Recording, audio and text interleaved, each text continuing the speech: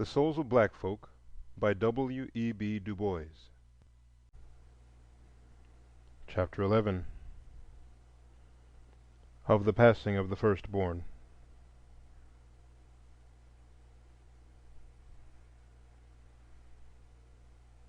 O sister, sister, thy first begotten, the hands that cling and the feet that follow, the voice of the child's blood crying yet, who hath remembered me? Who hath forgotten? Thou hast forgotten, O summer swallow, but the world shall end when I forget. Swinburne.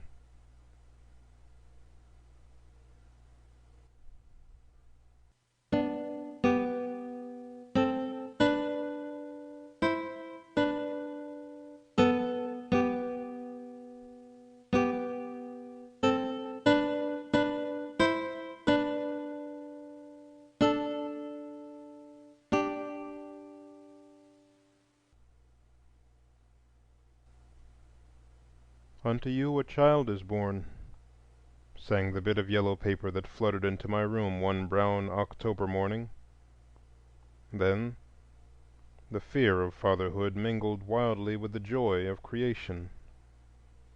I wondered how it looked, and how it felt. What were its eyes, and how its hair curled and crumpled itself? And I thought in awe of her, she who had slept with death to tear a man-child from underneath her heart while I was unconsciously wandering.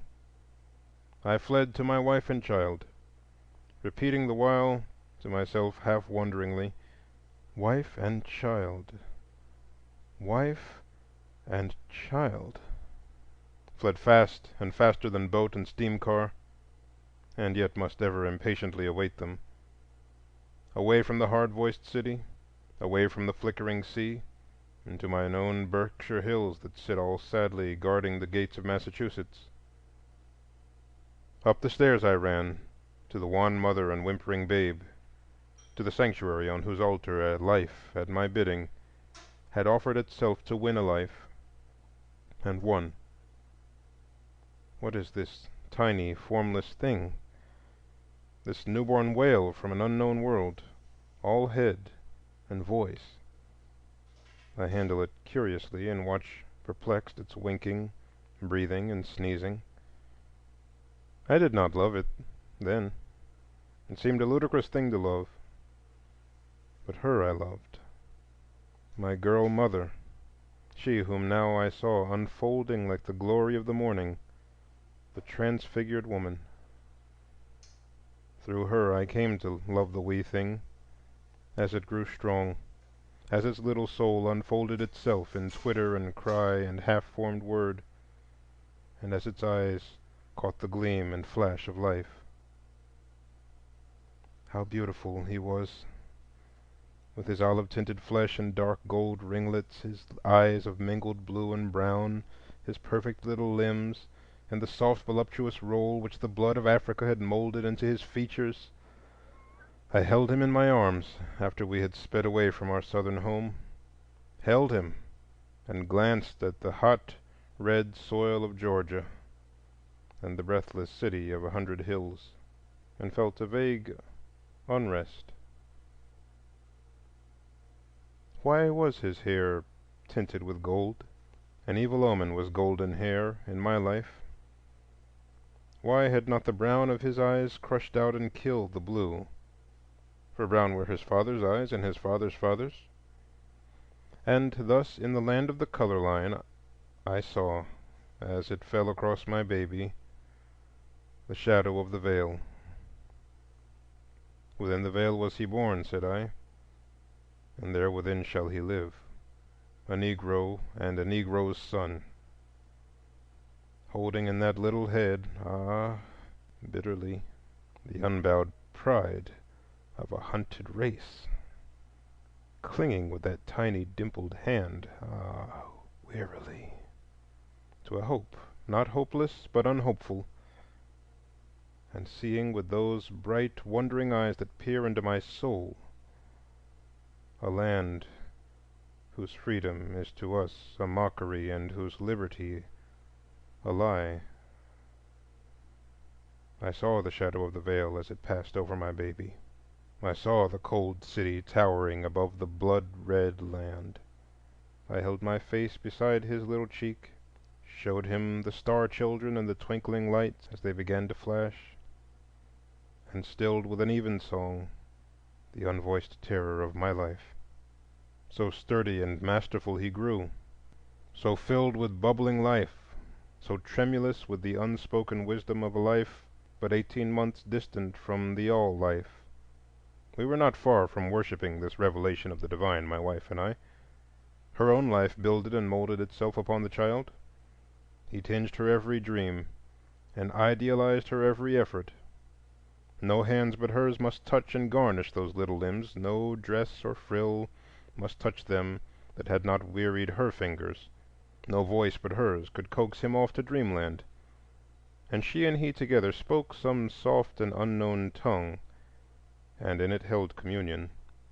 I too mused above his little white bed, saw the strength of my own arm stretched onward through the ages, through the newer strength of his, saw the dream of my black fathers stagger a step onward in the wild phantasm of the world, heard in his baby voice the voice of the prophet that was to rise within the veil. And so we dreamed and loved and planned by fall and winter and the full flush of the long southern spring, till the hot winds rolled from the fetid Gulf, till the roses shivered and the still stern sun quivered its awful light over the hills of Atlanta. And then one night the little feet pattered wearily to the wee white bed, and the tiny hands trembled, and a warm flushed face tossed on the pillow, and we knew baby was sick. 10 days he lay there, a swift week, and 3 endless days, wasting away. Cheerily the mother nursed him the first days and laughed into the little eyes that smiled again. Tenderly she hovered round him, till the smile fled away, and fear crouched beside the little bed. Then the day ended not, and the night was a dreamless terror, and joy and sleep slipped away. I hear now that voice at midnight calling me from dull and dreamless trance, crying, "The shadow of death, the shadow of death." Out into the starlight I crept to rouse the gray physician. The shadow of death, the shadow of death. The hours trembled on, the night listened, the ghastly dawn glided like a tired thing across the lamplight.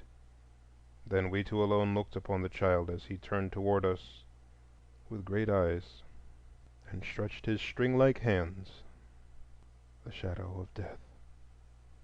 And we spoke no word, and turned away.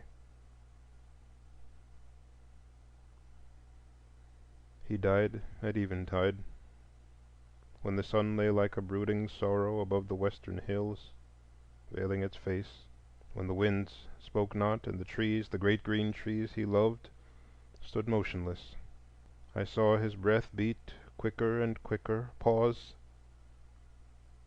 and then his little soul leapt like a star that travels in the night and left a world of darkness in its train. The day changed not. The same tall trees peeped in at the windows, the same green grass glinted in the setting sun. Only in the chamber of death writhed the world's most piteous thing, a childless mother. I shirk not. I long for work. I pant for a life full of striving. I am no coward to shrink before the rugged rush of the storm, nor even quail before the awful shadow of the veil. But hearken, O death, is not this my life hard enough? Is not that dull land that stretches its sneering web about me cold enough? Is not all the world beyond these 4 little walls pitiless enough, but that thou must needs enter here, thou, O death? About my head the thundering storm beat like a heartless voice, and the crazy forest pulsed with the curses of the weak. But what cared I within my home beside my wife and baby boy?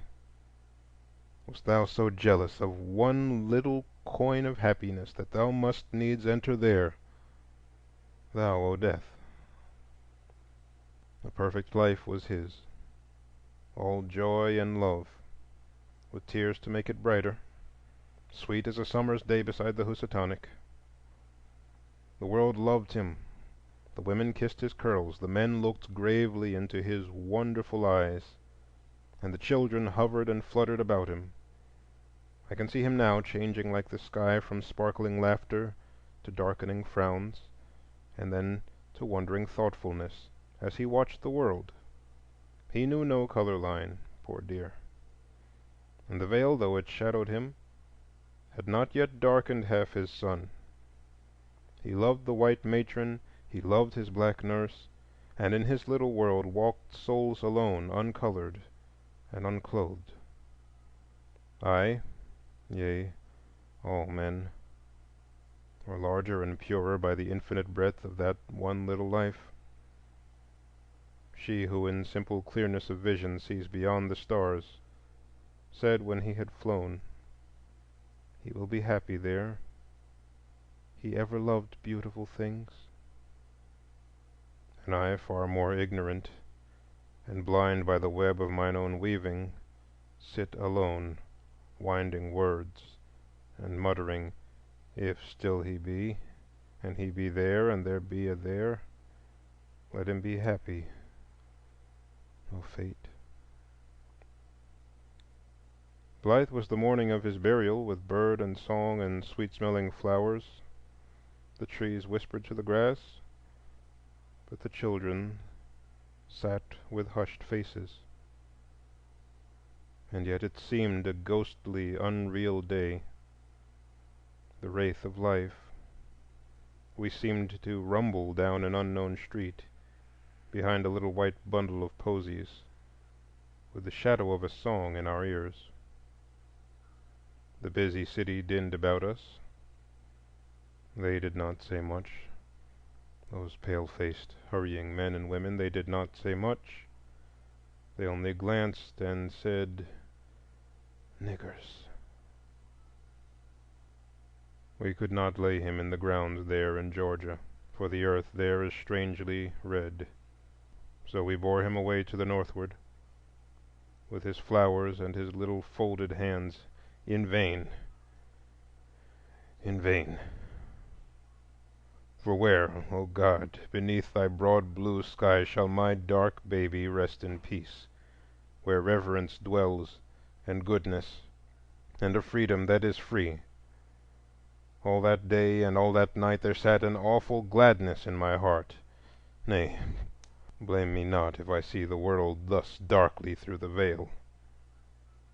And my soul whispers ever to me, saying, "Not dead, not dead, but escaped; not bond, but free. No bitter meanness now shall sicken his baby heart till it die a living death. No taunt shall madden his happy boyhood. Fool that I was to think or wish that this little soul should grow choked and deformed within the veil. I might have known that yonder deep, unworldly look that ever and anon floated past his eyes was peering far beyond this narrow now. In the poise of his little curl-crowned head did there not sit all that wild pride of being which his father had hardly crushed in his own heart? For what, forsooth, shall a Negro want with pride amid the studied humiliations of 50,000,000 fellows? Well sped, my boy, before the world had dubbed your ambition insolence, had held your ideals unattainable, and taught you to cringe and bow. Better far this nameless void that stops my life than a sea of sorrow for you. Idle words. He might have borne his burden more bravely than we. Aye, and found it lighter too, some day. For surely, Surely this is not the end. Surely there shall yet dawn some mighty morning to lift the veil and set the prisoned free. Not for me, I shall die in my bonds, but for fresh young souls who have not known the night and waken to the morning, a morning when men ask of the workman, not "Is he white?" but "Can he work?"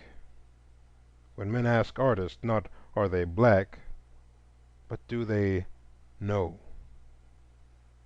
Some morning this may be, long, long years to come. But now there wails on that dark shore within the veil the same deep voice, "Thou shalt forego." And all have I foregone at that command, and with small complaint, all save that fair young form that lies so coldly wed with death in the nest I had builded. If one must have gone, why not I? Why may I not rest me from this restlessness, and sleep from this wide waking? Was not the world's alembic, time, in His young hands? And is not my time waning? Are there so many workers in the vineyard that the fair promise of this little body could lightly be tossed away? The wretched of my race that line the alleys of the nation sit fatherless and unmothered, but Love sat beside his cradle, and in his ear Wisdom waited to speak.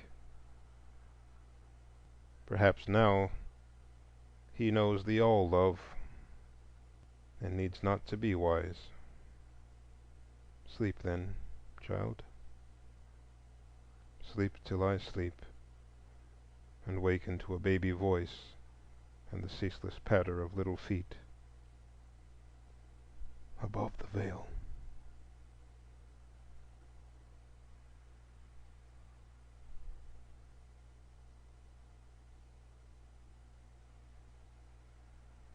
End of chapter 11.